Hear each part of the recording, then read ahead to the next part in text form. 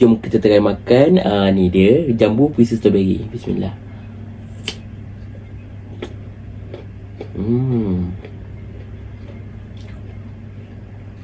Sedap. Tapi rasa dia bukan rasa strawberry, dia rasa jambu gitu je. Ni kalau ada sebut asam, kau letak lagi sedap.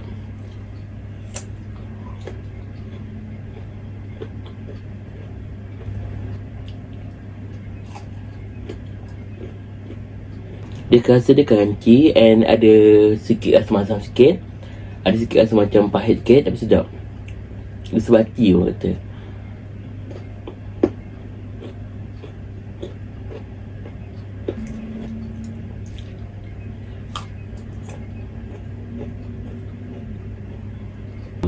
Kalau kau makan benda ni, kau teringat macam kau makan jambu batu ke jambu air, macam gitu lah. Bila kau makan tu memang rasa lebih kurang gitu je.